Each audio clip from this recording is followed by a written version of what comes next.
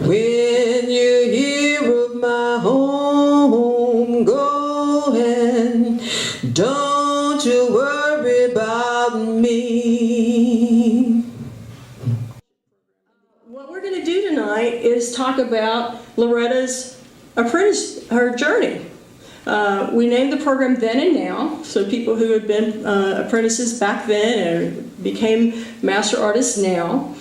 I went to a storytelling workshop, and it was at that storytelling workshop. I walked in there. It was a 4-week session, 2 hours each week. Within the first hour, I knew I wanted to be a storyteller. And the rest is kind of history. So I quit my job less than 2 years later and stepped out there, and I've never looked back. Tell us about your apprenticeship with Gladys Caines Coxwell. Well, I kind of lucked into that also. I was talking to, I had met Gladys here in St. Louis at some storytelling event. I can't remember if it was the festival or not. But anyway, everybody was saying, Gladys Coxwell. Have you heard about Gladys Coxwell? It's like, no. And I felt so dumb because I didn't know Gladys Coxwell and everybody was asking me that. But now I realize that it was okay because I was so new at it, I didn't know. But when I met her, her smile was so genuine and she was so kind. And before the evening was over, I'd ask her, I said, I'm new at this and I'm starting to get jobs that I don't know what to charge for. Do you mind if I call you sometime when I get a job and ask you about the fees? And she said, oh, sure, anytime.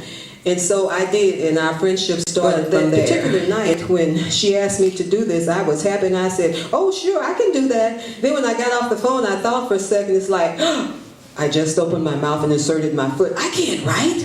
I don't know how to write. I didn't know what to do, so I sat down at the computer for the longest trying to think, okay, how do I get started with the story? That was my very first story. And so after a while, I started writing, trying to write it in the art of the way a story should flow, and I soon realized that you can't do that. You just have to write down your thoughts and ideas, and I'm so grateful for computers where you can copy and paste. I learned that I had a love for my personal stories because I discovered I had personal stories I could share, and she showed me how to tell those stories. And it was fun, it was interesting, we laughed, we cried, and we just had fun around the dinner table especially, but all of it was part of the learning process of being an apprentice. And I am so thankful and so grateful to you, Gladys, and thank you from the bottom of my heart. You know that. I never will forget that. Thank you so much. You probably met, what, from November or December through the spring, right? Yes. And you said you would drive 2 hours Yes. up and sit in the kitchen with those two.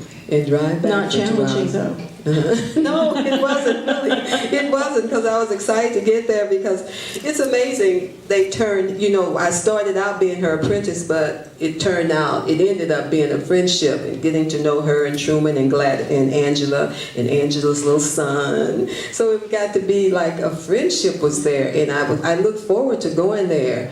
And we cooked. I would cook on my end, she would cook on her end, then we put everything on the table, and it was like whatever was there, we ate it and we enjoyed it. So, and when I became a master in the program, the first thing I knew that I had to do with both of my apprentices was to make both of them feel comfortable and in a home-like setting. So we did a lot of ours around the table and with meals also. The raw beets and red onions is about kids in the country. Back when I was there, it was not uncommon to see you eat a lot of fresh vegetables. But my favorite ones, believe it or not, was raw beets and red onions. The beets were naturally sweet, and the onions were naturally sweet.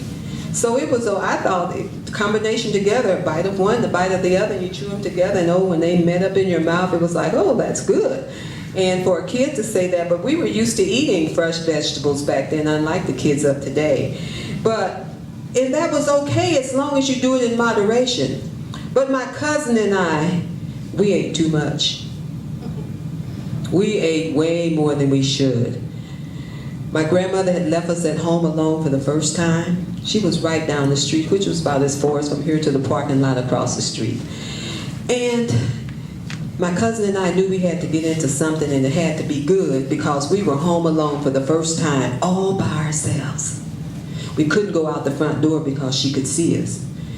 So if we couldn't find anything good in the house to do, we were going to go out the back door, the kitchen door, where nobody could see us, and it was on the other side of the house. So we started in my grandmother's bedroom, and we looked. Her trunk was there, but her old trunk, you didn't go in her trunk unless you were invited in there, even though she had left it unlocked that day. So we backed away from that. We went to the living room, boring, nothing to do, went through the little dining room, and then we made it to the kitchen. We were on our way out the back door. And that's when we saw those baskets of fresh picked vegetables just sitting there waiting. We looked and we stopped and we knew what we were going to do. So we walked over to the vegetables and we sat down right in the middle of them. And we tasted a few of the different kinds of vegetables, but we knew which ones we wanted. So when we got to the raw beets and red onions, we started peeling onions and eating raw beets. And we sat there and we laughed and we talked and we peeled onions and we ate raw beets until I stopped and looked at my cousin. I said, I don't feel good. She looked at me, she said, I don't feel good either. And by the time we said that, our stomachs started rumbling, and we jumped up and we ran out the back door and we went, ugh!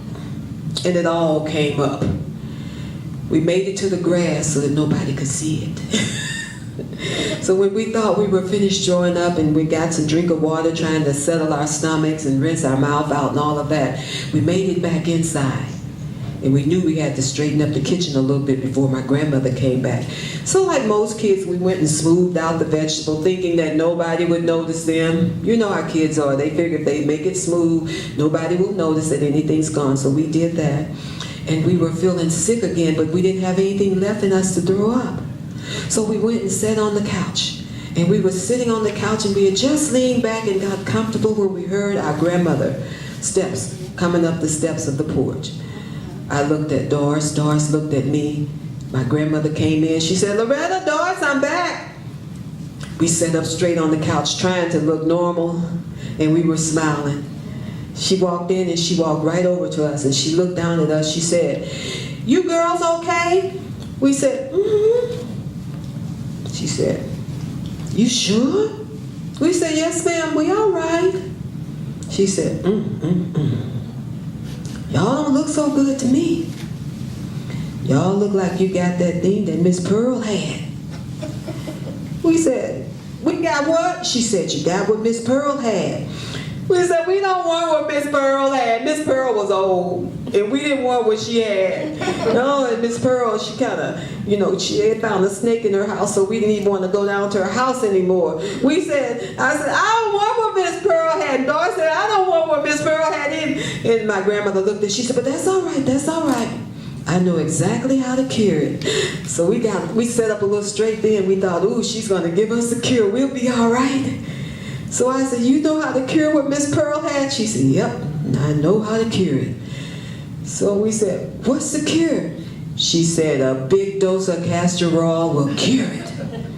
We said, castor oil, we don't want castor oil. She said, that's what cured Miss Pearl, and I know it'll cure you all. And she made us go get the castor oil, and she made us go get the spoons to take it in. And I swear tablespoons back then were much bigger than tablespoons now. Oh, a tablespoon back then looked like a serving spoon looked today. She gave each one of us 2 tablespoons of castor oil, and you knew better than to throw it back up, because if you did, you were going to get 2 more. So I'm going to stop that one right there.